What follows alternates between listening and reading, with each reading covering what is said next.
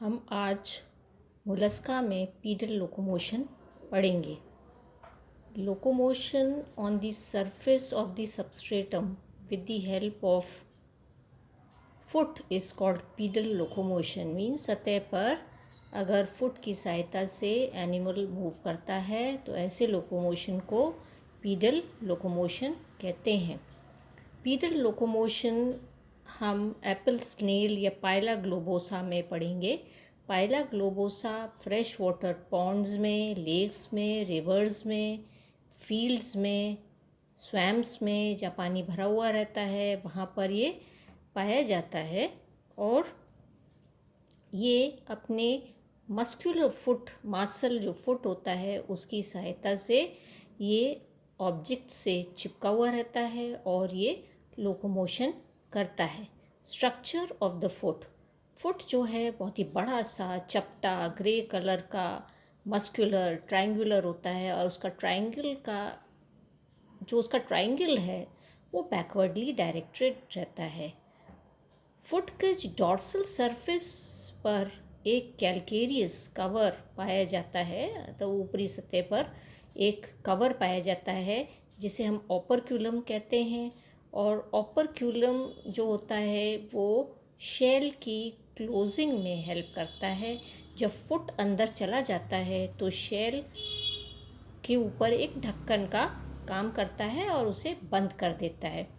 Foot जो होता है उसमें म्यूकस ग्लैंड्स पाए जाते हैं जो कि म्यूकस सिक्रीट करते हैं, और जब एनिमल लोकोमोशन करता है तो पीछे एक ट्रेल छोड़ते जाते हैं, एक लाइन छोड़ते जाते हैं। फुट में लॉन्जिट्यूडनल और ओब्लिक मसल्स भी पाई जाती हैं जो कि फुट को कॉन्ट्रैक्ट और रिट्रैक्ट करने में हेल्प करती हैं। मीन्स सिकुड़ने में या फैलने में इसको हेल्प करती हैं। लोकोमोशन इन पाइला, पाइला अपने मस्कुलर फुट की सहायता से बहुत ही धीरे धीरे चलता है और अपने फुट को पाँव के तले के समान ये इस्तेमाल करता है। और रिदमिक वेव ऑफ कॉन्ट्रैक्शन और रिलैक्सेशन जो मस्कुलर फुट में होती है उसके कारण ये म्यूकस में फिसलता हुआ आगे बढ़ता है। आपको मैंने पहले बताया था कि फुट मसल्स, फुट जो होता है उसमें ग्लैंड सेल्स होते हैं जो कि म्यूकस सिक्रीट करते हैं। तो इस जो ये म्यूकस या स्लाइम जो सिक्रीट कर होता है वो एक कारपेट का काम करता है जिसमें वो आप कहते हैं फिसलते हुए बड़ी स्मूथली एनिमल आगे बढ़ता है।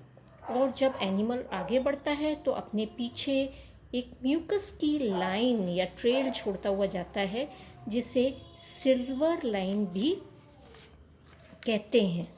आगे हम इसमें पढ़ेंगे लोकोमोशन इन इकाइनोडर्मेटा। तो इकाइनोडर्मेटा में ट्यूब फीट्स के द्वारा लोकोमोशन होता है जो कि हम एस्टेरियास ये सी स्टार में देखेंगे।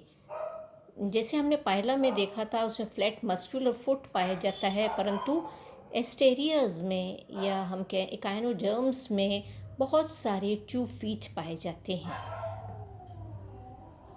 ये जो एस्टेरियास होता है वो समुद्र तल पर पाया जाता है और समुद्र पर जो रॉकी सरफेस होता है या पथरीला जो सरफेस होता है उस पर ये ट्यूब फीट की सहायता से धीरे धीरे ये चल सकता है। आपको ये पता है कि जो स्टारफिश होती है उसमें 5 रेडियल आर्म्स पाए जाते हैं और इन रेडियल आर्म्स में एम्बुलेक्रल ग्रूव्स होते हैं। तो बहुत सारे जो ट्यूब फीट होते हैं ये रेडियल आर्म्स जो होते हैं उनके एबोरल सरफेस या हम कह लोअर सरफेस में एम्बुलेक्रल ग्रूव में 4 लॉन्जिट्यूडनल रोज में अरेंज्ड रहते हैं। लोकोमोशन के अलावा एस्टेरियस अपने ट्यूब फीट को रेस्पिरेशन के लिए, फूड कैप्चरिंग के लिए या सेंसरी रिसेप्टर्स के फॉर्म में भी इस्तेमाल करता है। ट्यूब फीट का आगे हम स्ट्रक्चर देखेंगे। ट्यूब फीट बहुत ही थिन वॉल्ड, बहुत ही सॉफ्ट स्ट्रक्चर होता है और जैसा कि मैंने आपको बताया है एम्बुलेक्रल ग्रूव में ये लॉन्जिट्यूडनल 4 लॉन्जिट्यूडनल रोज़ में अरेंज रहते हैं और ऑल्टरनेटली लॉन्ग एंड शॉर्ट होते हैं। एक लंबा होता है 2 फीट तो दूसरा छोटा रहता है। इस तरीके से ऑल्टरनेटली ये एम्बुलेक्रल ग्रूव में अरेंज रहते हैं। हर एक फुट जो होता है वो एम्बुलेक्रल ग्रूव से एम्बुलेक्रल पोर के द्वारा ये बाहर प्रोजेक्ट आउट करता है। 2 फीट जो होते हैं उसके 3 रीजन्स होते हैं। एक जो होता है उसे हम कहते हैं एम्प्यूला। जो एम्प्यूला होता है वो बलून लाइक स्ट्रक्चर है। आप देख रहे हैं कि ये जो एम्प्यूला है ये बलून के आकार का है, स्फेरिकल है। और ये जो होता है एम्ब्यूलेक्रल ओसाइकल के ऊपर सीलोम में निकला हुआ दिखाई देता है। दूसरा जो स्ट्रक्चर है वो है पोडियम। पोडियम ट्यूब लाइक है, आप देख रहे हैं ट्यूब लाइक है, मिडिल पोर्शन है। और ये आप देखेंगे कि एम्बुलेक्रल ग्रूव जो होता है उससे बाहर निकला हुआ रहता है। इसमें टिश्यूज़ की एक रिंग यहाँ पर पाई जाती है, रिंग ऑफ टिश्यूज़ होती है। तीसरा जो स्ट्रक्चर है वो है सकर। सकर जो है कप के आकार का होता है और लास्ट पार्ट है, ये लोअर पार्ट है। और ये इसमें सर्कुलर मसल्स पाई जाती हैं और सक्शन क्रिएट करने का ये कार्य करता है। आगे हम इसमें देखेंगे कि एस्टेरियस कैसे लोकोमोशन करता है। स्टार फिश में जो लोकोमोशन होता है वो यूनिक सिस्टम के द्वारा होता है जिसे हम कहते हैं वाटर वेस्क्यूलर सिस्टम। सी वाटर जो होता है, समुद्री पानी जो होता है वो इस वाटर वेस्क्यूलर सिस्टम में स्टार फिश के अंदर एंटर होता है और जो सभी इंटरकनेक्टेड ट्यूब फीट होते हैं उनमें ये भर जाता है और वो बड़े ही प्रेशर के साथ अंदर आता है और इन्फ्लेट कर देता है, ट्यूब फीट को फुला देता है गुब्बारे की तरह।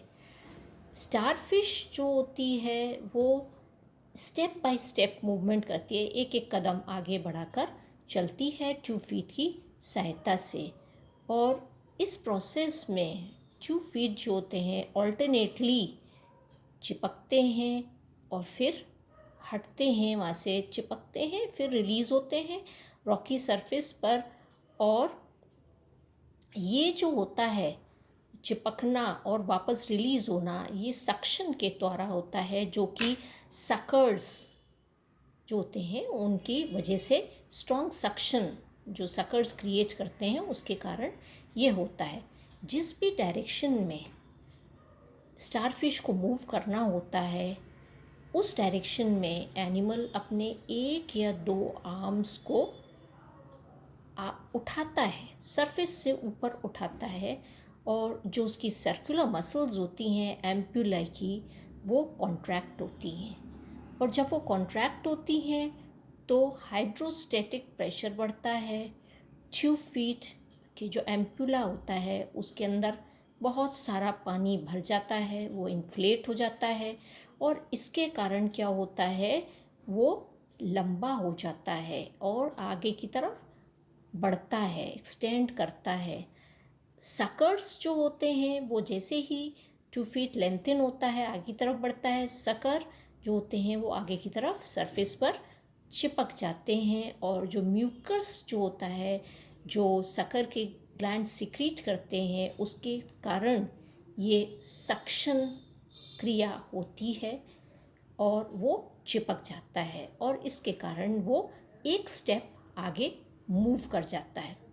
इसके बाद क्या होता है कि जो ट्यूब फीट होती हैं उसकी जो लॉन्जिट्यूडनल मसल्स होती हैं वो रिलैक्स होती हैं और रिलैक्स होने के कारण क्या होता है जो एम्प्यूला होता है उससे पानी दोबारा बाहर की तरफ लौटता है और बाहर की तरफ लौटने के कारण जो ट्यूब फीट होता है वो छोटा हो जाता है और वो सरफेस से रिलीज़ हो जाता है।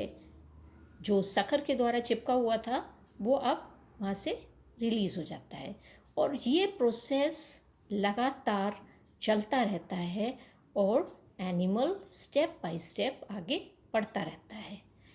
लोकोमोशन के दौरान एस्टेरियस के एक या दो आर्म्स जो होते हैं वो पाथ फाइंडर का काम करते हैं, मतलब एक या दो आर्म्स जो होते हैं वो बाकी सभी 2 फीट को गाइड करते हैं कि किस डायरेक्शन में आगे बढ़ना है। तो ये इस प्रकार से एनिमल जो वाटर वेस्कुलर सिस्टम है उसके द्वारा ये आगे बढ़ता है। स्टारफिश जो होता है वो अपने जो पांचों आर्म्स होते हैं उनको अंदर की तरफ मोड़ सकता है, फोल्ड कर सकता है, रिंग के आकार में इसको फोल्ड कर सकता है और ये समरसॉल्ट करता हुआ या रोल करता हुआ भी सी बेड पर या पत्थरों पर आगे बढ़ सकता है। इसके अलावा स्टेरियस जो है ये अपने पांचों आर्म्स को उठाकर ऊपर की ओर उठाकर आर्च फॉर्मेशन भी कर सकता है, जिसमें क्या होता है इसके जो टिप्स होती हैं आर्म्स की वो ही सरफेस के कांटेक्ट में रहती हैं और बाकी पूरी बॉडी ऊपर की तरफ उठी हुई रहती है और एक आर्च फॉर्मेशन ही कर लेता है और इस तरीके से ये जंप करता हुआ भी आगे बढ़ सकता है। और इस प्रोसेस में हमेशा इसका जो बेसल सरफेस जो होता है वो बेसल या हम कहें निचला हिस्सा जो आर्म्स का होता है वो सरफेस के कांटेक्ट में हमेशा रहता है। तो इस प्रकार से एस्टेरियस में हम लोकोमोशन देख सकते हैं।